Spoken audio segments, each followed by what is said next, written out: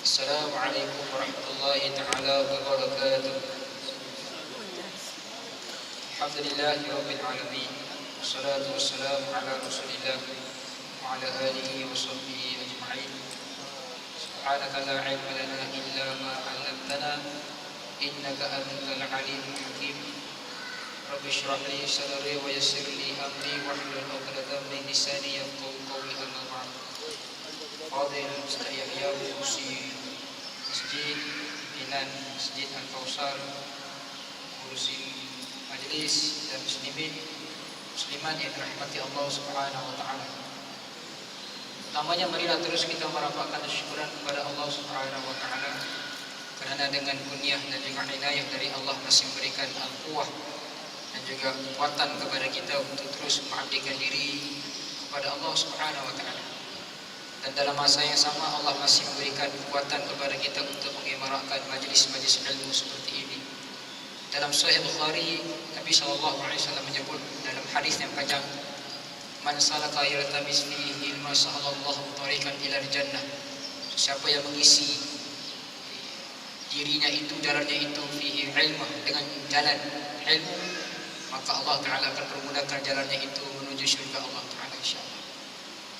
Jadi hadirin muslimin muslimat yang dirahmati Allah, malam ini kita sambung perbahasan kita sementara menunggu Fadil tuan guru kita datang daripada tempatnya, datang ke sini semula. InsyaAllah kita sambung kepada perbahasan berkaitan tentang hadis Nabi SAW berkaitan tentang al-iman, al-islam, al-iman wal-ihsan. Minggu lepas kita membincangkan tentang ibrah dan juga muwasafat ataupun ciri hadis ini, iaitu hadis yang telah kita sebutkan tentang Islam, iman dan ihsan, dan juga al-amratu as-sa'ah, dan juga tanda-tanda hari kiamat itu. Di sana kita menyebut bahawasanya hadis ini adalah hadis mutawatir. Apa makna hadis mutawatir? Hadis yang diriwayatkan oleh ramai para sahabat Nabi. Dan hadis ini hadis yang jarang-jarang berlaku ke syaz dan juga illah, jarang berlaku, jarang-jarang rosak lah. Kebanyakan hadis mutawatir hadis yang sahih, bukan saja sahih, malah lebih atas lagi daripada sahih. Hadis yang diriwayatkan oleh ramai sahabat, yang sahabatnya ini bukan sahabat bertaraf biasa, tapi sahabat yang akbar, sahabat yang hebat. Kemudian disambung oleh para tabi'in dan juga tabi'in itu. Baik. Dan kita membincangkan juga minggu lepas tentang ibrah, tentang hadis ini, yang mana hadis ini mushtaqat, mewakili Islam itu sendiri. Dan Ibn Daqiq Al-Aid telah berkata, memberikan pandangan, mentarjihkan bahawasanya hadis ini adalah hadis yang merangkumi ummus sunnah, merangkumi ibu segala sunnah. Hadis inilah. Kenapa? Kerana hadis ini hadis yang panjang. Satu, yang keduanya hadis ini hadis yang merangkumi aqaidatul islamiyah, akidah Islam yang asas, Islam, iman dan ihsan. Ini pandangan muhaddisin tentang hadis ini. Kalau dikatakan Al-Fatihah itu sebagai ummul Quran, maka hadis tentang ini ada disebutkan sebagai ummus sunnah, ibu segala sunnah. Apa makna sunnah? Sunnah ini apa benda yang telah disebut oleh Nabi, apa benda yang telah dikatakan oleh Nabi, ditikrarkan oleh Nabi dan juga dilakukan oleh Nabi, itu semua sunnah. Berkata, dilakukan dan juga tikrar. Tikrar ini tidak melarang, tidak juga mengiyakan. Senyap, liyasmut, dia diam. Nabi diam. Diam maknanya Nabi itu tidak menegah benda itu sunnah. Ini pandangan para ulama hadis tentang sunnah Nabi. Walaupun kadang-kadang sunnah itu dilakukan jarang-jarang. Umpamanya solat duha. Solat duha masyhurnya Nabi memang buat, tapi tidak selalu. Nabi menyatakan kepada Abu Hurairah radhiyallahu an dalam Sahih Bukhari, Nabi mengatakan dalam kata-kata Abu Hurairah, "Ausani," Nabi telah memberikan aku wasiat bi raka'atid duha, memberikan aku nasihat supaya rakaat duha, melakukan dua sembahyang duha. Melakukan sembahyang dua maknanya solat duha. Dan juga sunnah ini berlaku, dikatakan juga sunnah sebelum dan selepas Nabi bergelar sebagai Nabi. Itu sunnah. Bukan sekadar selepas dilantik sebagai Nabi, tapi sebelum juga dikatakan sebagai ditarjihkan pandangan itu ataupun diberikan pandangan para alim ulama, sunnah juga ditakrifkan sebagai sebelum Nabi dilantik, bukan sekadar selepas Nabi dilantik sebagai Nabi. Itu kita kena faham. Kadang-kadang ada pandangan mengatakan Nabi ini dilantik sebagai Nabi, maka selepas daripada dilantik sebagai Nabi maka semuanya sunnah. Tidak, sebelumnya itu pun sudah sunnah. Ini pandangan dan juga ini fatwa para alim ulama kita menyebut. Dan juga kita membincangkan tentang beberapa sahabat Nabi yang meriwayatkan hadis ini. Antaranya adalah Abu Hurairah radhiyallahu anhu, saya sebutkan minggu lepas. Kemudian Umar, kemudiannya Abu Zar Al-Ghifari, kemudiannya Anas bin Malik. Anas bin Malik, Malik bin Anas nak sama. Anas bin Malik sahabat Nabi. Malik bin Anas guru kepada Imam Syafi'i. Disebut sebagai dinisbahkan sebagai pengasas kepada mazhab Maliki. Itu dia Anas bin Malik, Malik bin Anas. Kita jangan keliru itu. Kadang-kadang kita keliru. Pandangan daripada guru pada mazhab Maliki namanya Anas bin Malik. Terang-terang sudah salah. Terbalik sudah dia. Terbalik saja boleh rosak sudah fakta ilmu. Kemudian ni Ibnu Abbas, pakar tafsir Quran zaman Nabi, Ibnu Abbas. Kemudian ni Ibnu Umar. Ibnu Umar ni anak kepada Sayyidina Umar Al-Khattab. Kemudian Abu Amir Al-Ish'ari dan juga Jalil Al-Bijli. Ini semua dalam periwayat hadis Nabi. Disambung satu. Ciri-ciri hadis mutawatir ini juga boleh mencapai kepada 70 orang sahabat yang meriwayatkan hadis itu. Disambung oleh beberapa puluh orang, beberapa ratus orang para tabi'in. Ini kehebatan hadis Nabi yang bersifat mutawatir. Tidak banyak hadis mutawatir. Tidak ramai, tidak banyak hadis mutawatir. Setengah riwayat mengatakan tidak sampai 1000 hadis mutawatir. Tak ramai, tak banyak pun. Yang banyaknya hadis sahih, hadis ahad. Hadis sahih Bukhari, sahih Muslim, juga hadis-hadis kutubus sittah yang lain. Itu kita bincang, maksudnya kita bincang mustalah hadis lah, kita ambil sikit. Kemudian istilah hadis kita dah sebutkan. Antaranya bainama. Kadang-kadang hadis ini menyebut bainama nahnu julusun 'inda Rasulullah sallallahu alaihi wasallam. Ketika kami duduk bersama dengan Nabi sallallahu alaihi wasallam. Bainama menunjukkan waktu. Menunjukkan tempat. Waktu dan tempat ataupun masa lah. Ketika kami duduk dengan Nabi sallallahu alaihi wasallam. Ini sahabat Nabi. Nabi ini dan juga para sahabat kalau tak pergi berperang, mereka akan duduk untuk mendengar ataupun untuk membahaskan tentang agama Allah Ta'ala, isi-isi hadis, untuk membincangkan tentang agama Allah Ta'ala. Ad-din an-nasiha, Nabi kata agama itu adalah nasihat untuk siapa? Untuk Allah, untuk Rasul dan juga untuk seluruh umat muslimin.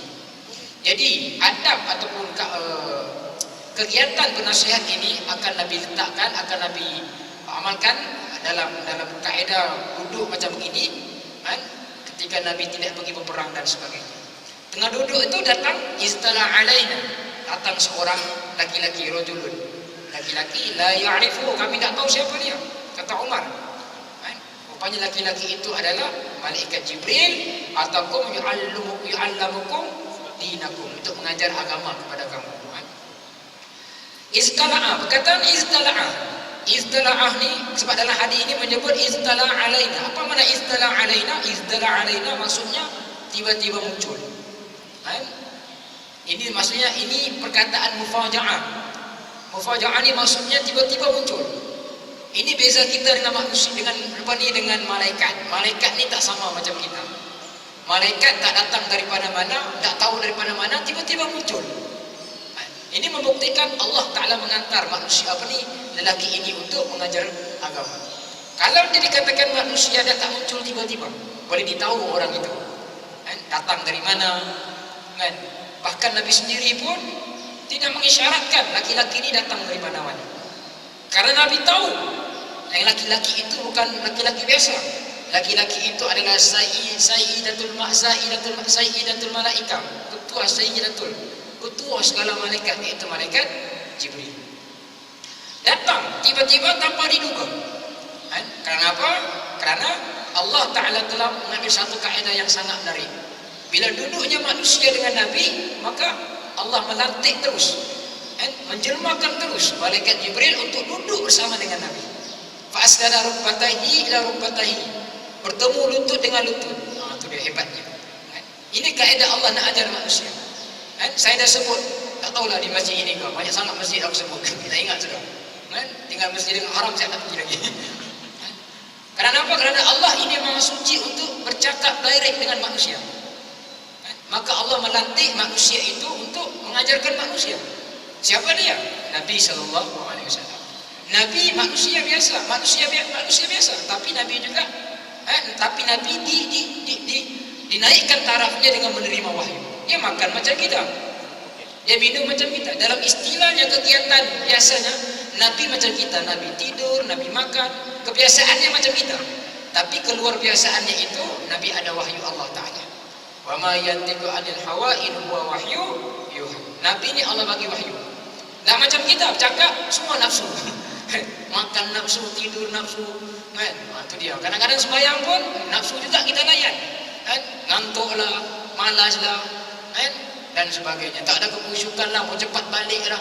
Kan? Imam baca lama sikit, Allah imam, tolong fahami aku ni kesian. Kan? Contoh ni masalah kita. Kan? Tapi Nabi tak begitu. Sebab Nabi tahu orang ini bukan orang biasa.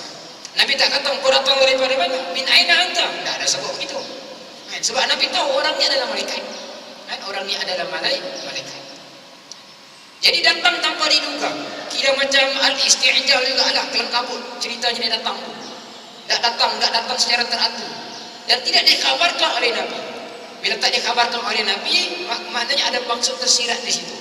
Rupa-rupanya manusia lelaki ini adalah seorang malaikat. Yu'allamakum dinakum, yang ingin mengajar kepada kamu agama kamu. Wa wada'a kaffayhi ila fakhidai, dan meletakkan kedua tangannya itu di atas kedua pahanya. Ini dalam riwayat Muslim kata. Dalam riwayat Nasa'i mengatakan wada'a yadayhi ala rukbatan Nabi sallallahu alaihi wasallam. Yang meletakkan dia punya tangan tu di lutut Nabi. Rukbatan Nabi sallallahu alaihi wasallam. Tapi riwayat yang lebih masyhur, yang lebih sahih mengatakan dia meletakkan di bahu. Di bahunya itu. Untuk apa dia? Untuk mendengarkan agama daripada Nabi sallallahu alaihi wasallam. Baik. Kemudian dalam riwayat ini mengatakan tentang akhbirni anil Islam. Saya minta maaf kalau siapa yang baru sampai kuliah malam ni rasa macam bingung sedikit. Mana mula mana tengah-tengah. Kita dah bincang awal ni kan. Jadi apa yang kita boleh salin kita salin lah. Kemudian disebut di sini akhbirni anil Islam. Perkataan akhbirni anil Islam. Kalau kita mengaji bahasa Arab, dia sebut alif di atas itu, di awalnya akhbirni, dia macam fi'il amar. Satu perintah daripada satu pihak kepada suatu pihak. Macam ud'u ila sabil rabbika bil hikmah. Ada alif di situ. Alif ni menunjukkan yad'u, fi'il amar, menunjukkan fi'il perintah. Kata Allah dalam Quran, hendaklah kamu serulah kamu ke jalan manusia itu, pada manusia itu dengan hikmah. Itu dia. Dalam ayat ini juga Nabi sebut dalam hadis di riwayat Muslim, akhbirni anil Islam. Malaikat bertanya kepada Nabi, beritahukan aku tentang Islam. Kata ulama, Islam bagaimana? Islam yang dari sudutnya hakikat Islam itu apa maknanya? Bila disebut ditanya tentang akhbirni anil Islam, Nabi pun menyebut al-Islam an tashhadu an la ilaha illallah. Itulah hakikat Islam yang pertama. Apa dia? Mengucap dua kalimah syahadat. Sebab Nabi menyebut dalam hadis yang lain, siapa yang mati dengan mengucap la ilaha illallah, dakhala al-jannah. Allah Taala jamin syurga kepadanya. Kalau dia jadi ahli neraka, ahli maksiat, maka dia akan dibersihkan. Ada perbahasan tentang orang yang bekas ahli neraka ni. Itu dalam hadis yang lain lah, ataupun dalam riwayat yang lain. Yang keduanya Nabi mengatakan wa tuqimus shalah, kamu menunaikan zakat, mendirikan solat. Tuqimus shalah. Kalau kita belajar bahasa Arab, tuqima ni aqimu, mendirikan. Makna kata mendirikan itu apa dia? Mentamamkan ibadah itu, menyempurnakan dengan sempurna-sempurnanya. Yang bukan sembarang-sembarang ibadah itu. Wa tuqimus shalah. Perkataan tuqimus shalah, aqimus shalah daripada mana ayat? Benda yang sama ayat. Yuqimus shalah, tuqimus shalah, aqimus shalah. Kenapa? Kerana perkataan qama, mendirikan itu maksud kita menyempurnakan ibadah selepas daripada syahadat. Apa dia? Ibadah sembahyang. Karena manusia ni kalau sembahyangnya sempurna, maka yang lain itu insya-Allah sempurna. Kalau sembahyangnya baik, Allah Ta'ala akan pelihara daripada kemungkaran dan dosa. Ini jaminan Tuhan dalam suratul Ankabut. Innas solata tanha 'anil fahsya'i wal munkar. Orang sembahyang ni Allah Ta'ala akan cegah dirinya daripada perbuatan rosak dan munkar. Itu kita kena yakin.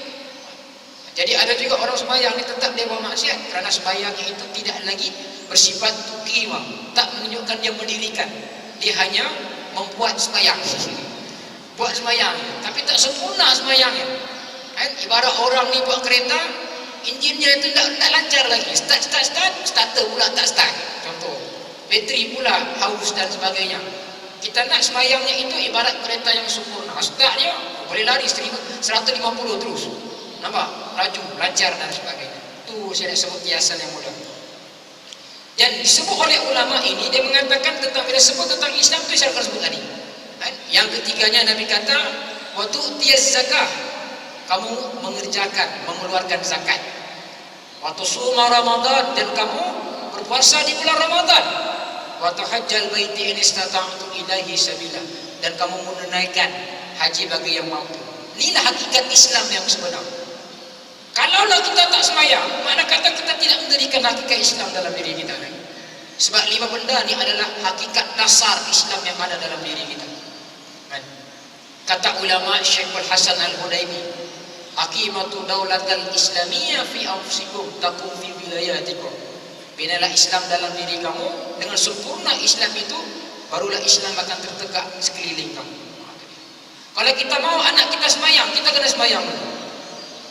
Kalau kita mau anak kita orang yang soleh, kita kena soleh dulu. Sebab Islam bermula dengan diri kita. Bi anfusikum, dengan diri kamu dulu, bukan diri orang lain. Kata Hasan al-Banna, mulakan Islam dalam diri kamu, Islam tertegak selepas daripada orang kata. Dia kata, saya tak ingat bahasa Arab tu, ada dia punya perkataan tu. Cantik menarik sangat, perkataannya simple saja. Tak berapa ingat, takut salah kan nanti. Baik. Yang seterusnya, ulama malaikat bertanya pada Nabi, akhbirni anil iman, katakan aku tentang iman. Lepas Islam iman. Lepas Islam saja iman. Sebab tu jangan heran ada orang Muslim tapi tak beriman lagi dia. La yabqa al-Islam illa ismu. Tidak tinggal Islam melainkan nama. Dia Islam, tak berpakaian sebagai seorang Islam kerana dia tak berimankan dengan ayat Allah Ta'ala, dengan mewajibkan dia berpakaian semacam orang Islam Islam. Waktu kita jangan heran ada orang Islam tak sembahyang, ada orang Islam pakaiannya Masya Allah, seram sejuk kita tengok tuan-tuan. Nak tutup mata payah kan? Itu dia. Kalau tutup pun terlanggar pula nanti. Terbuka pun nampak pula maksiat. Itu dia. Sekarang ni tak susah kita nak mengelak. Kalau boleh kereta kita terbanglah tuan. Biar atas langit aja jalan. Tak nampak apa. Jam pun tak ada. Senang pergi kuliah. Kalau bawah tak darat, semua ada. Jam ada, traffic light ada, longkang sana longkang sini ada. Kalau atas tak ada apa-apa kan? Sebab apa jadi gitu? Sebab la yabqa al-Islam, kata Nabi, tidak tinggal Islam melainkan nama. Kenapa jadi macam tu? Dia ada Islam tapi dia tak ada iman. Dia tak ada iman. Iman inilah satu benda yang disebut oleh Nabi sebagai satu benda yang sangat besar. Hakikatnya. Kerana apa? Kerana dalam hadis ini semua. Lepas Islam, iman. Kata ulama, bila akhbirni anil iman.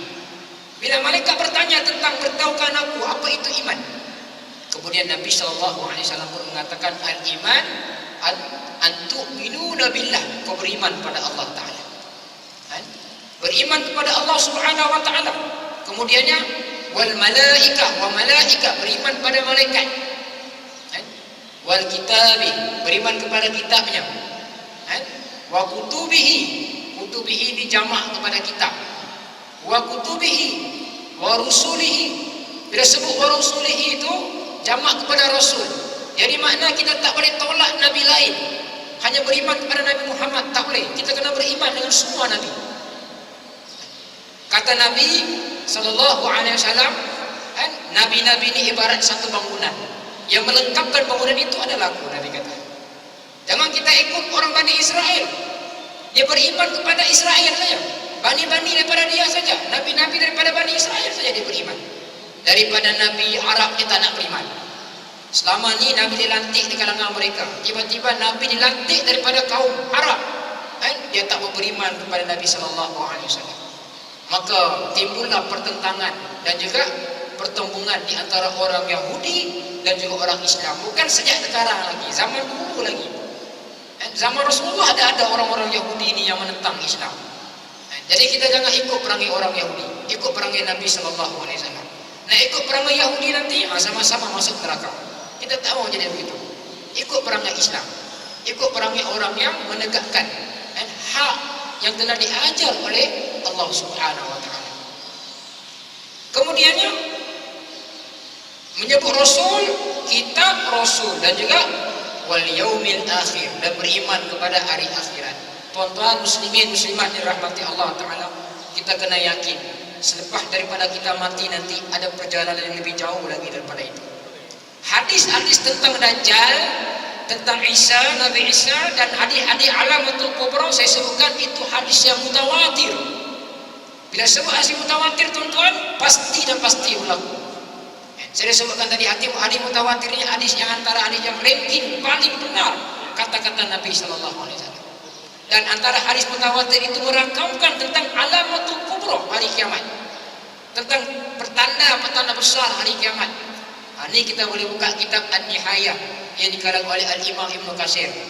Kalau kita buka kitab WhatsApp saja, kita tak jumpa binatang ni. Kita tak jumpa benda ni. Kalau kita buka Facebook saja, kita tak jumpa binatang ni. Kalau kita buka kitab-kitab ni, kita akan jumpa alam-alam yang telah diterjemahkan oleh Nabi berdasarkan hadis-hadis Nabi sallallahu alaihi wasallam. Dia menantang tu tuan-tuan bahasa Terengganu. Kita jangan terkejut. Menantang benda tu. Menantang benda ni maksud apa benda tu? Kita jangan biar betul juga binatang ni dah. Saya ambil bahasa Terengganu sikit. Sehati sejiwa kan. Satu Malaysia. Saya biasa pergi sana Terengganu ni tuan-tuan, subhanallah. Sekali kuliah tak kurang daripada 5,000 orang hadir di mana-mana masjid. Kan? Dia banyak masjid-masjid, dia banyak tempat-tempat mengaji kitab. Oh, banyak sangat. Kawan-kawan saya anak-anak semua antar sana. 3 orang anak, 3 antar sana. Pedulilah kau hidup senang kan. Maka balik nanti yang penting kau jadi ulama. Kau jadi ular dalam semak, aku pancung kau. Ini kawan saya semua. 3 orang ke sana. Ramai saya kawan-kawan ni. Dan itulah hebatnya orang-orang yang mengaji di sana kan. Saya pun kebetulan diberi rezeki dulu mengaji di sana, hebat semua. Dan tahun ini pun insya-Allah dalam proses ke arah itu semua. Kan? Ke arah itu insya-Allah. Yang seterusnya, kemudian disebutkan tentang ihsan. Ihsan, satu lagi saya ingat. Antu bil qadari, beriman kepada kadar. Kadar ni takdir lah. Yang ditetapkan kepada kamu, kata Nabi, seamanah kamu benci atau mau suka. Sebab itu tuan-tuan, kita jangan heran Allah Ta'ala uji kita dengan kebaikan dan mungkin juga dengan kemalapetakaan itu. Tapi kita kena ingat yang ini semua adalah qudratullah, takdir Allah Ta'ala. Orang beriman dia kena yakin benda ini. Tidak semua benda yang kita suka itu baik untuk kita. Itu Allah sebut dalam Quran. Dan tidak semua benda yang kita tidak suka itu tidak baik untuk kita. Boleh jadi baik untuk kita. Macam kuliah maghrib lah. Macam kuliah maghrib. Kebetulan kuliah maghrib ini tidak semua kuliah maghrib itu baik untuk kita. Kadang-kadang kalau kita duduk, sakit hati kita. Alamak, lapar pula dan sebagainya ni. Aduh, kuliah pula. Karena aku balik malu pula. Nanti sebab ramai kawan. Duduk situ. Lama-lama kita dengar ilmu. Tak banyak sikit balik nanti kita amalkan. Baik untuk kita. Walaupun kadang-kadang kita rasa tak baik untuk kita. Tapi hasilnya itu baik untuk kita. Ini nampak tuan-tuan. Macam bau ni jerubu. Jerubu tak baik untuk kita. Lepas daripada jerubu itu kita yakin Allah Ta'ala bagi kebaikan sebaik. Tengok Allah dah cuci bumi ni. 2-3 kali hujan.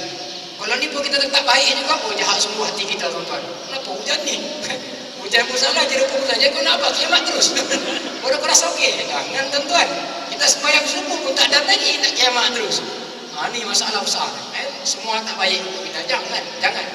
Wajib kita husnuzon pada Allah. Berdosa kita sangka buruk pada Allah Ta'ala. Dosa tuan-tuan. Ini ijma' di kalangan ulama sebut. Wajib kita bersangka baik pada Allah. Hukum berdosa kita bersangka buruk pada Allah Ta'ala. Kadang-kadang kita disalahkan Allah dengan takdir kita. Kita tak sembahyang. Ustaz tanya, kenapa kau nak sembahyang? Inilah Ustaz. Hidayah tak sampai lagi. Taufik tak sampai lagi. Hidayah tak sampai apa? 1300 tahun hidayah sampai dah. Quran dah turun sempurna, hadis Nabi ratusan ribu. Imam Bukhari saja disebut dalam kitabnya aku menghafal 300,000 hadis. Tak cukup untuk kita orang Islam. Kalau kita tak cukup, terliwat-liwat pasal dia kata.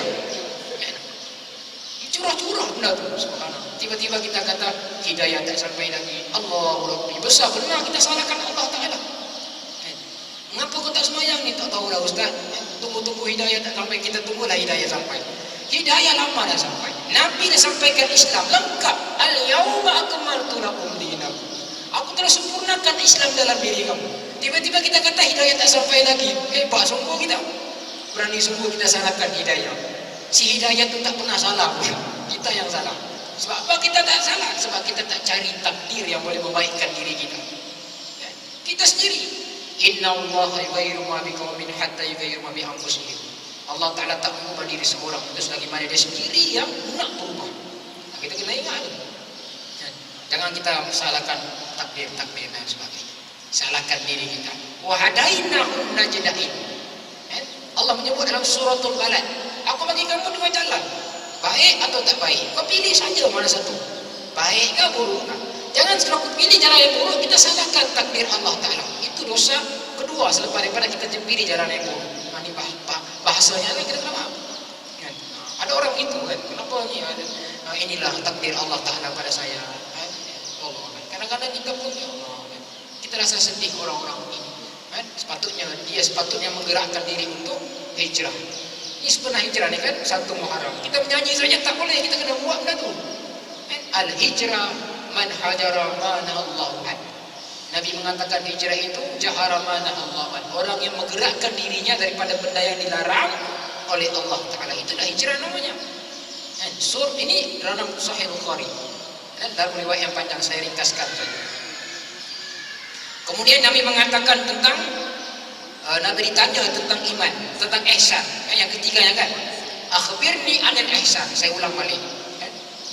Ihsan itu apa makna? Nabi pun mengeluarkan hakikat ihsan itu adalah an ta'budallaha ka'annaka tarahu fa in lam takun tarahu fa innahu yarak. Ihsan itu adalah kau beribadah depan Allah Ta'ala semata-mata seolah-olah kau nampak Allah Ta'ala. Memang kita tak nampak Allah, tapi Nabi nak mengajar kita erti kekhusyukan, kesedapan beriman, beramal. Anta budallah, kau beriman, mengabdikan diri pada Allah. Ka'annaka tarah, seolah-olah kau nampak Allah itu. Itu dhamir pada Allah. Fa illam takun tarahu fa innahu yarak. Jika kau tak nampak Allah Ta'ala, kau kena yakin Allah akan nampak kamu. Itulah hakikat ihsan. Dan inilah dia peringkat yang tertinggi, tuan-tuan. Maratib sebenarnya ni maratib. Dia sebenarnya ni satu tangga. Kita muslim dulu. Kemudian bila kita mengimplementasikan 5 benda tu, saya sebutkan tadi, syahadah kita. Tuan-tuan, kalimah syahadah ni sangat mudah kita nak keluarkan. Sangat mudah. Asyhadu an la ilaha illallah wa asyhadu anna Muhammadar Rasulullah. Tapi tuntutannya itu, Masya Allah, sangat berat kita nak buat. Ma anzalallahu alaihi. Kita nak beriman dengan apa yang disebutkan tuntutan kalimah syahadah itu bukan senang. Bukan senang. Sebut kalimah syahadah ramai boleh buat. Tapi tuntutan dari sudut Islam kalimah syahadah itu berapa ramai boleh buat. Tak payah tengok jauh-jauh, cukup semayang. Jangan tengok benda tinggi-tinggi semayang. Kalau semayang ni boleh dibuat dengan mudah, ramai akan semayang. Sekali azan, sekali azan runtuh masjid. 2 kali azan, 2 kali runtuh masjid. Ramainya orang sembahyang. Tapi tak begitu. Kenapa? Karena ada orang Islamnya itu tak boleh nak capai iman lagi. Dia Islam dari sudut bukan iman. Tak boleh sudut kalimah. Dan di kalangan mereka ini saya sebutkan tentang benda ni. Sebab benda ni berlaku zaman selepas daripada kewafatan Nabi sallallahu alaihi wasallam. Kebetulan petang tadi saya buka sirah kitab Ibn Katsir. Kebetulan Tuan Haji mesej itu saya tengah taib nota untuk saya sebarkan dalam WhatsApp supaya orang boleh baca kitab sejarah ni. Kita tak boleh nak buku, kita buat WhatsApp. Dia berasap terus dengan sirah. Akan datang nanti saya target nak buat satu buku. Biar kita mati nanti buku itu menjadi amalan. Facebook kita tu pun boleh jadi amalan. Yang kita mati nanti Facebook jadi kerosakan kita, buat maksiat dalam Facebook, pemungkaran, gambar-gambar yang pelik-pelik semua keluar. Mati nanti lupa nak deaktif atau lupa nak buang. Orang buka semua nampak. Masa tu juga ada kita dibelasak oleh muka nanti. Itu tak mau tuan-tuan. Ya. Di sinilah kata ulama Ibn Katsir, apa yang terjadi selepas daripada Nabi wafat, satu kegoncangan akidah yang luar biasa yang berhadapan dengan Sayyidina Abu Bakar. Di mana pada zaman itu selepas daripada Rasulullah wafat, ada 3 golongan muncul. 3 golongan muncul ni tuan-tuan, bukan zaman Nabi ya. Copy and paste sampai sekarang. Satu golongan munafik. 5 golongan yang akan mengisi penentangan kepada keindahan Islam. 5 golongan. Kalau boleh kita tak masuk lah tuan-tuan. Pertama sekali golongan kafir. Kafir, lan tarda ankal yahuda walan nasara hatta tattabi'a millatahum. Orang Yahudi forever and ever. Selama namanya tak reda pada kamu, selagi mana aku tak ikut jejak langkah mereka. Kata Nabi SAW dalam hadis yang lain, ada yang sahih, Nabi mengatakan, tataba'anna sanana man qablikum shibran bi shibrin wa zira'an bi zira'in hatta dakhala juhradab tabi'tuhu. Kemudiannya sahabat tanya, al yahuda wa nasara ya Muhammad ya Rasulullah. Nabi kata, faman, akan ada satu masa nanti kau akan ikut jejak langkah Yahudi dan Nasrani. Ini musuh Islam ni. Bila sebut musuh Islam, kita jengkel dengar. Tapi inilah sebut Allah sebut dalam Quran. Allah sebut dalam Quran. Dan Nabi sebut dalam hadis. Takkah kita nak tolak Quran? Tolak Quran tuan-tuan, rosak akidah kita. Jangan tolak Quran, tolak wow. Tolak wow. Wow ni macam pelik, terbalik sikit lah, rosak dah akidah kita. Ini bukan tolak wow, tolak satu ayat, lagi rosak lagi dah kita. Kan? La tataba'anna sanana man qablikum. Suatu masa nanti akan ikut orang yang sebelum daripada Nabi kata. Shibran bi shibrin, selangkah demi selangkah, sejengkal demi sejengkal, hatta dakhala juhradab, sehingga mereka masuk ke lubang biawak kau ikut juga. Kemudian sahabat tanya, al yahuda wa nasara ya Muhammad ya Rasulullah, adakah mereka itu orang Yahudi dan Nasrani ya Muhammad? Mereka itu kan ya Muhammad Rasulullah. Nabi kata, siapa lagi kalau bukan mereka? Namanya mereka lah itu. Nabi kata, satu orang kafir. Orang kafir Yahudi Nasrani lah. Yang keduanya orang munafik. Yang Islam di luar dalam, musuh Islam yang paling terang. Antaranya disebutnya Al-Ansi, Sulaiha, Musallimah Al-Kazab. Ini nabi-nabi baru. Selepas daripada Nabi wafat, ada nabi baru, namanya nabi palsu, buatan munafikun. Berlaku pada zaman bila? Pada zaman Sayyidina Abu Bakar As-Siddiq. Nabi Bahrain muncul, Nabi Syria muncul, semua nabi. Kalau begitu, kita mau juga nabi tahu. Tak boleh lah, sebab apa? Sebab la nabiyyu ba'di, tidak ada lagi nabi selepas daripada aku. Yang mengaku nabi semua al-kazab, kabiran, penipu besar. Yang ketiganya, golongan mukmin yang dengki. Dia Islam, tapi dia ikut jalan kedua orang ni. Dia Islam, dia ikut jalan kedua orang ni. Gini pun bahaya juga. Disebabkan kejahilan mereka, disebabkan kelemahan iman mereka, mereka tak sedar mereka ikut musuh-musuh Islam. Mereka ikut orang-orang Yahudi dan Nasrani. Yang keempatnya, syaitan. Ini musuh kita juga. Adu'um lakum adu'um mubin. Ini Allah menyebut dalam Quran, qat'i. Syaitan itu musuh kamu yang nyata dan jelas. Banyak ayat Quran sebut. Yang kelimanya, dalam diri kita sendiri, nafsu. La'ammaratun bisu. Nafsu ni sentiasa menyuruh kepada kehancuran. Nak mau semayang, nak mau dengar kuliah, lepas salam dia cepat lari. Cepat lari, nak mau dia dengar. Sebab apa? Sebab malah aku dengar. Daripada aku dengar, bos kopi makan nasi. Nampak tuan-tuan, dia kenyang dalam perut, tapi tak kenyang rohani. Bila tak kenyang rohani, nafsu yang akan jadi raja kepada dia. Selepas daripada Nabi wafat, 5 golongan, 5 yang saya sebut ni muncul selepas daripada Nabi wafat. Sebelum Nabi wafat, semua pakai hebat, beriman, bertakwa, belaka. Takbir pun Allah seronok. Lepas Nabi wafat saja, muncul 5 benda ni sebenarnya. Syaitan tu pasti muncul dah. Nafsu yang merosakkan. Golongan munafikun muncul. Al-Musallamah Al-Kazab, Sulaiha, Al-Ansi, mengaku Nabi pula dah. Golongan murtadin, golongan kafir muncul. Sehingga kan kata Ibn Katsir dalam kitabnya, tidak ada solat Jumaat melainkan Mekah dan Madinah. Tengok tuan-tuan, Nabi wujud, Nabi masa hidupnya Nabi SAW, Islam tersebar sampai ke Syria, tanah Arab khususianya lah. Kemudian zaman Umar, zaman Sayyidina Abu Bakar, dia tembus ke Parsi, ke Iran, ke Rom. Itu juga dengan khalifah-khalifah selepas daripada itu. Tetapi zaman itu, lepas daripada Rasulullah wafat saja, mereka telah menunjukkan kejahatan mereka. Ini saya bukan sebut, kita buka kitab Ibn Katsir. Kitab surah kabar tak ada benda tu, Ibn Katsir sebut. Buka kitab surah kabar tak ada, spot toto ada, ataupun berita-berita sukan ada. Ibn Katsir sebut apa yang berlaku zaman Nabi. Apabila Islam mereka telah goyang. Nabi wafat, kata Ibn Katsir, hanya Madinah dan Mekah saja diwujudkan sembahyang Jumaat. Nak mengatakan kepada kita Islam kembali dagang. Selepas Abu Bakar naik saja, dah muncul dah orang ni. Rosak dah Islam dalam diri. Bila rosak Islam, bagaimana nak beriman pada Allah Ta'ala? Maka kata Ibn Katsir, mereka ini membuat satu gerakan yang bukan saja mereka ni menentang Nabi, menentang Abu Bakar. Mereka juga tak mau membayar zakat. Mereka juga tak mau mendengar nasihat Abu Bakar. Abu Bakar ni tuan-tuan, la ilaha illallah, bukan Abu Bakar di rumah kampung kita tu. Abu Bakar ni Sayyidina Abu Bakar, yang Allah reda, yang Nabi lantik sebagai pemimpin.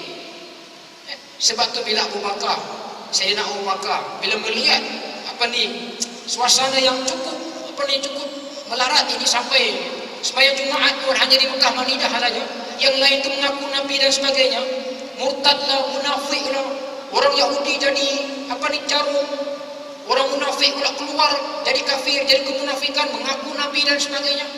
Sayyidina Abu Bakar telah ditanya oleh sahabat-sahabat Nabi SAW tentang kaedah ini, bagaimana penyelesaiannya. Di sana ada pandangan Sayyidina Umar. Umar kata, kita bagi peluang mereka ni tobat pada Islam. Ini pandangan sahabat. Kenapa? Kerana cadangan awal Sayyidina Abu Bakar, dia akan melancarkan perang. Perang tuan-tuan. Sebab tu orang yang nak mau Islam ni, nak mau Islam tu okey lagi, dia nak mau dan dia merosakkan orang Islam yang lain. Yang ni Nabi dah sebut, ni Abu Bakar dah buat, penyelesaiannya perang. Sebab mereka ni luar biasa penentangannya. Sebab nak memelihara Islam tu terpaksa mengorbankan, terpaksa membuat satu keputusan yang luar biasa. Ada dua keputusan yang luar biasa, dia ambil satu je malah ni. Apa dia? Apabila Sayyidina Abu Bakar melancarkan perang. Perang siapa diperangi? Sayyidina Umar kata, wahai Sayyidina Abu Bakar, khalifah. Ini sebut dalam kitab Al-Bidayah wa Nihayah. Dia mengatakan, perlukah kita perang mereka? Bukankah Nabi SAW bersabda, aku dihantar pada manusia untuk membawa manusia kepada mengabdikan diri pada Allah, syahadah, kalimah la ilaha illallah. Dan mereka ni ada hak harta dan juga darah mereka, maknanya tak boleh dibunuh. Abu Bakar mengatakan, aku tidak akan membiarkan mereka yang memerangi hukum Allah Ta'ala, memerangi hukum zakat. Sahabat lain berikan cadangan, jangan perang, bagi dia bertobat dulu. Taubat apanya? Bangun munafik dah. Bukan lagi bertobat, bukan bertambah bertobat, makin teruk lagi, sampai mengaku Nabi, menyerang orang Islam, buat kutubukan tentera. Abu Bakar melihat benda ni tak boleh lama macam ni. Sebab apa? Sebab kalau dibiarkan lama, Islam akan lenyap di tanah Arab. Ni kata Ibn Katsir. Bila tanah Arab lenyap, kita sekarang ni tak sembah di sini tempat, tak sembah Allah, kita sembah pokok tepi jalan. Sebab agama Hindu. Asalnya bila tanah Arab tempat Nabi dilahirkan, Islam dilahirkan. Sebab tu bila kata Sayyidina Abu Bakar, aku tak mau Islam lenyap di tanah Arab. Sebab bila lenyap di tanah Arab, Islam tak bolehlah pergi ke tempat lain. Ini berlaku. Akhirnya Nabi Sayyidina Abu Bakar melancarkan perang. Dan perang ini tuan-tuan berlaku pada Jabalil Akhir, pada bulan ke-11 Hijrah, tak silap saya. Dan apa yang berlaku, apa yang terpaksa dibayar oleh orang Islam, iaitulah terpaksa dibayar dengan syahidnya ramai para syuhada di kalangan hafiz Quran, termasuk abang kepada Sayyidina Umar. Saya nak sebut benda ni, apa yang disebut, apa yang diambil tindakan oleh orang-orang salafus soleh, umpamanya sahabat Nabi, kerana ingin memelihara Islam, terpaksa membayar darah. Dan darah bukan darah sembarang. Kalau darah kita ni mungkin lagi darah orang-orang yang menguasai Quran, Hafiz Quran, nak lahirkan hafiz Quran ni Allah. Jangan kena hafiz Quran, kita nak mengaji pun payah, nak jadi hafiz. Hafuz dah jawabnya. Nak mencetak hafiz Quran bukan senang. Tiba-tiba mati syahid itu termasuk abang Sayyidina Umar. Ini disebut juga dalam kitab Al-Awasim min Al-Qawasim min Arabi. Kitab yang cukup cantik kalau kita baca. Ini kitab yang sangat digeruni oleh Syiah. Dia takut kitab ni. Kalau baca aja, takut dia. Sebab banyak benda-benda batil yang diperbaiki oleh Ibn Arabi dalam kitab yang cukup complicated dan cukup bahaya untuk Syiah. Itu dia tuan-tuan. Akhirnya perang itu dimenangi oleh orang Islam. Satu lagi mungkin saya nak sebutkan di sini, iaitu bagaimana cadangan dan juga tindakan Rasulullah untuk melancarkan pasukan Usama bin Zaid pergi ke Syria untuk memerangi golongan yang membunuh panglima-panglima Islam di sana. Juga berlaku zaman Abu Bakar. Abu Bakar ni tuan-tuan, kalau kita hidup zaman dia lah, saya ingat kita tak boleh tahu apa. Satu, Abu Bakar terpaksa melancarkan perang. Yang perang itu ada yang melibatkan orang Islam yang jahil, yang murtad. Lepas tu sahabat kata kena bagi peluang orang ni. Tak boleh. Perang mati. Mati bukan perang main macam kita ni, mati tuan-tuan. Mati. Yang keduanya dalam masa yang sama, pasukan Usama bin Zaid terpaksa keluar pergi ke Syam. Untuk apa dia? Membebaskan bumi itu daripada terus dijajah oleh orang-orang kafir musyrik. Dilepaskan zaman bila? Zaman Rasulullah SAW. Abu Bakar diberikan satu lagi cadangan. Dia kata oleh sahabat-sahabat, Abu Bakar panggil pasukan Usama bin Zaid. Sebab kita berada dalam keadaan yang cukup genting menghadapi orang munafik, orang Nasrani, orang Yahudi, orang jahil dan murtad, musuh-musuh Islam. Dia kata semua itu. Sayyidina Abu Bakar kata apa? Aku tidak akan lepaskan ikatan yang telah diikat oleh Nabi SAW. Itulah kehebatan Sayyidina Abu Bakar dalam memelihara Islam dan sunnah. Dan maslahat besarnya bila pasukan Usama bin Zaid ini tidak dipanggil balik terus ke Syria, bila mereka jalan tu tuan-tuan, mereka lalu ke tanah-tanah Arab tu, orang-orang Arab tak berani nak memberontak sudah. Sebab Usama bin Zaid ni panglima Islam, hebat, tengok dia takut. Takut sebab dia ada izzah Islam. Nahnu qawwamun azallah bil Islam. Kata Sayyidina Umar, kita ni manusia dimuliakan dengan Islam. Kalau kita wujudkan Islam dalam diri kita, maka terwujudlah kemuliaan itu. Berapa ramai dah kemuliaan Islam terwujud dalam diri kita? Berapa ramai yang tak sembahyang dan sebagainya. Padahal hadis Nabi ini hadis tentang Islam, tentang maqasid, tujuan Allah Ta'ala cipta kita, ani'abudullah, mengabdikan diri pada Allah, washtanibat tagut, dan juga kita nak jauhi perkara-perkara tagut. Itu semua itu ada dalam hadis. Itu dia. Panjang pula perbahasan ni. Sikit lagi insya-Allah. Kemudian istilah yang ketiganya fa'ajibna lahu yas'aluhu bisaddaqah. Itu dia. Ini dalam hadis riwayat ini semua. Apa perbahasan di sebalik itu? Kata-katanya itu menghairankan kami. Fa'ajibna ta'ajub Sayyidina Umar. Kenapa? Karena malaikat ni dia tanya Nabi, kemudian musaddaqah, dia pula membenarkan. Satu kaedah yang jarang-jarang berlaku. Hanya Nabi je buat. Tiba-tiba laki-laki ni buat. Macam kita lah tiba-tiba ni dia datang soal-soal, iya pula dah. Macam tu. Kemudian di sini dimaksudkan oleh perbahasan ulama, ini mau maksud kaedah yang diajar oleh Allah kepada malaikat, iaitu bersoal jawab. Soal jawab. Soal jawab ni penting dalam agama. Fas'alu ahla zikri in kuntum la ta'lamun. Fas'alu. Kataan fa'il amal. Hendaklah kamu tanya pada orang yang tak tahu. Orang yang tahu bila kamu tak tahu. Tanya pada orang yang tahu apa yang kamu tak tahu. Mana kata rujuk pada ulama lah. Rujuk pada ulama, bukan rujuk pada WhatsApp.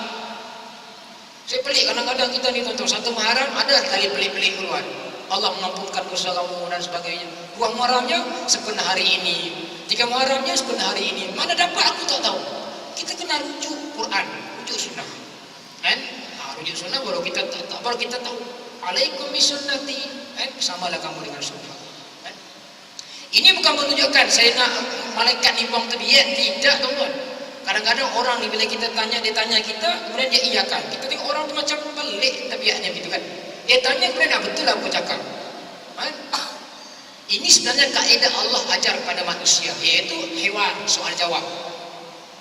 Soal jawab ni benda yang kita akan buat juga lepas mati nanti. Ma rabbuka? Allah. Ma imamuka? Nabi. Ma qiblatuka? Masjidil Haram, Baitullah. Jawapan itu bersandarkan dengan amalan kita. Kalau amalan kita setiap hari kaki bola, ma rabbuka? Al-bola, warsi pagi. Tuan-tuan, bukan kata bola sepak itu salah, tapi kita bola sepak ni sampai kita sepak kewajiban sembahyang tu yang salahnya. Kan? Alangkah baiknya kita sembahyang tengah azannya, pengadil tangkap bola tu, kan? Terus main jemaah. Pengadil jadi imam. Tapi jangan soal pendek lah, soal panjang, pakai jubah terus. Orang tengok, Allahu Akbar. Obatlah semua penonton tengok. Jarang kita buat benda ni, tuan-tuan. Jarang. Kan? Itu dia. Tanya kalau dia mereka nanti pada kita. Soalan ni bocor sudah. Soal jawab ni. Ada setengah orang tu dia tahu wasiat dia. Ini wasiat bapak wajib buat. Bapak mati nanti kau jangan lupa letak jawapan. Orang buka Allah. Tulis sekarang. Dia tulis. Ma dinuka, ma imamuka Nabi SAW. Dia ingat macam SPM jawab. Tidak, dia akan jawab dengan amalan kita. Ini sabit daripada hadis Nabi SAW. Itu kita akan ingat. Kan? Arab-Arab itu senanglah kita tanya masuk syurga. Kan? Sebab alam barzah ni bukan imam kepada perjalanan kita. Alam barzah kita gagal, dia akan memungkinkan kita akan gagal di padang mahsyar nanti. Itu kita kena ingat, tuan-tuan. Jadi nak bebas daripada azab alam barzah ni, daripada sekarang kita kena beramal, insya-Allah. Kan? Khalaqal hayata liyabluwakum alladzi khalaqal hayata. Allah menyebut dalam suratul Mulk, aku menciptakan kehidupan. Hayata liyabluwakum. Allazi khalaqal mauta, aku menciptakan kematian wal hayata. Apa maksud Allah Taala letakkan kematian dulu? Bukan kehidupan, padahal kita hidup dulu baru mati. Sebab hidup kita harus, mati kita wajib. Itu kita kena ingat. Hidup kita harus, mati itu wajib. Mana Allah Taala meletakkan kewajiban dulu, baru benda yang selepas daripada kewajiban. Allazi khalaqal mauta, Allah Taala aku menciptakan kematian. Sebab apa? Sebab nusturuna, ghayatuna, hadap kita adalah kematian. Itu kita kena ingat. Dan mati inilah disebut dalam banyak hadis tentang kejadiannya dan juga kewajibannya itu, dan juga benda itu akan datang. Kemudian antu'minu billah. Dan satu lagi permasalahan ulama, bila kata malaikat itu tasdik, wa saddaqahu, tasdik. Maknanya malaikat membenarkan. Ini yad'u, menunjukkan malaikat ini seorang yang cukup berilmu. Jadi kita kalau nak mengaji, merujuk pada orang yang alim.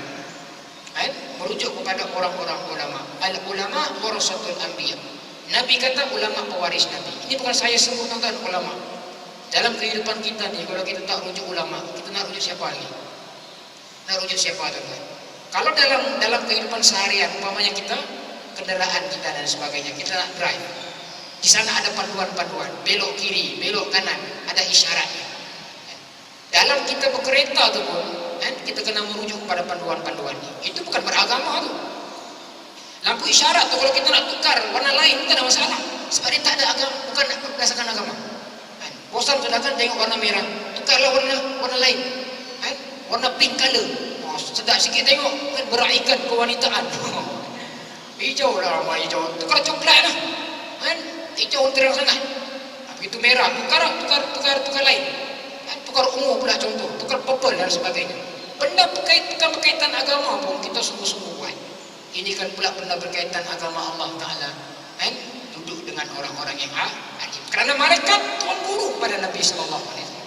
Bila tuan guru ni, tuan-tuan, bukan orang sembarang lah, bukan makhluk sembarang. Tapi adakah menunjukkan malaikat menyoal itu, menunjukkan malaikat ini tidak ada ilmu? Tidak. Ini kaedah ulama, kaedah orang, kaedah Nabi, kaedah Allah nak mengajar kita. Soal. Macam dalam Quran kan, surah apa ni? Al-Qari'ah, mal-Qari'ah, wa ma adraka mal-Qari'ah. Itu ayat Allah jawab soal. Jawab soal. Itu kaedah Tuhan mengajar manusia. Ma ana biqari, Nabi kata aku nak tahu membaca. Iqra wa rabbukal akram alladzi 'allama bil qalam 'allama al-insana ma 'lam ya'lam. Mengajar manusia daripada tak tahu kepada tahu. Siapa yang ajar? Allah. Siapa yang ajar? Pemburu kita lah, yang menjadi wakil kepada para nabi kita. Jadi yang tinggal sekarang ni ulama. Kata Nabi SAW, min asyratis sa'ah, tanda-tanda hari kiamat itu satu, yirfa'il ilm, diangkat alim, orang diangkat ilmu. Dalam hari lain dia kepidul ulama. Bagaimana Allah mengangkat ilmu? Ditanya oleh para sahabat, Allah mematikan para alim ulama. Yang keduanya, wa yasmutul jahlu, tertegaknya kebodohan, ketelengongan. Sedap sikit sebut, ada dengung, ketelengongan. Ini bahasa kita lah, bahasa rasmi Tawau. Kalau tak paham juga aku tak tahu. Yang ketiganya, wasyrabul khamru, berluasanya orang minum arak. Yang keempatnya, wa yazharuz zina, berluasanya orang berzina. Yang pertama itu saya nak sebutkan, yurfa'ul ilm, Allah Ta'ala akan angkat alim ulama ilmu. Jadi selagi Allah tak angkat ni tuan-tuan, Allah tak matikan ulama-ulama ni, mari kita merujuk ulama. Innama yakhshallah min ibadihi ulama. Orang yang takut pada Allah ni paling-paling utama sekali orang yang bergelar sebagai orang yang alim. Orang-orang ulama. Guru-guru kita lah. Kalau dulu-dulu Imam Bukhari, Imam Muslim, Imam Nawawi, Imam Ibn Qayyim dan juga imam-imam lain. Sekarang ini masih ada lagi pewaris-pewaris di Malaysia. Selagi mereka ada, duduk dengar. Saya pun bukan ulama. Kita nak mengajar balik pandangan ulama ni. Ini Dr. Mustafa Mogok, ulama besar dari Syria ni. Syria ni bumi Syam. Bumi diberkati oleh Allah Ta'ala. Banyak ulama-ulama datang daripada sana. Dr. Wahbah Zuhaili dan juga ulama-ulama para tabi'in. Kalau kita buka kitab-kitab berasal dari sana. Inilah masa kita nak mengaji. Umur 60-70 tahun nak masa nak mengaji dah ni. Masa ni lah masa kita nak yarjullah, kembali pada Allah. Masa ni ya. Orang bilang kalau pada bahasa hebat tu sudden death. Sudden death, tiba-tiba mati. Masa tu lah. Jadi bila sebelum tiba-tiba mati tu tuan-tuan, kita kena rujuk pada Allah Ta'ala. Irji'i ila rabbika radiyatan mardiyah. Masa bila? Masa Allah Ta'ala nak tarik nyawa kita. Dan petanda kepada aqrabul maut, dekat kematian itu, bila orang itu dia punya umur semakin meningkat. Umur semakin meningkat. Tua ni penyakit yang tak boleh kita ubat. Selepas mati, tua tak boleh ubat. Sebab tu Nabi melarang kita cabut ubun. Ubun pula dah ubat. Ubun ini kan. Fun. Nabi larang kita cabut ubat. Kita somer ya orang bilang. Somer ni kita ini lah, kita dai. Cuma jangan tasyabbuh al-yahuda wal nasara. Kita dengan orang Yahudi, kita warna hitam, kita inaikan dia seolah kemerah-merahan. Nabi larang kita cabut. Tanda kita nak mati lah tu.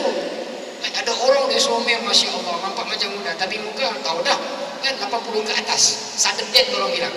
Masa ni kita kembali pada Allah. Apatah lagi bila ada ulama-ulama duduk di sekeliling kita tuan-tuan, masa itulah kita merujuk pada mereka. Ataupun mereka yang mengajarkan kita ulama, merujuk pada mereka. InsyaAllah tuan-tuan, sekadar itulah dulu masa kita 7.15 dah ni. Nampak sudah ini, balik memakan sudah ini. Semoga ada manfaatnya. Yang lain-lain banyak lagi cerita ni. Selagi mana boleh kita ganti kuliah ni, kita ganti, kita akan sambung perbahasan.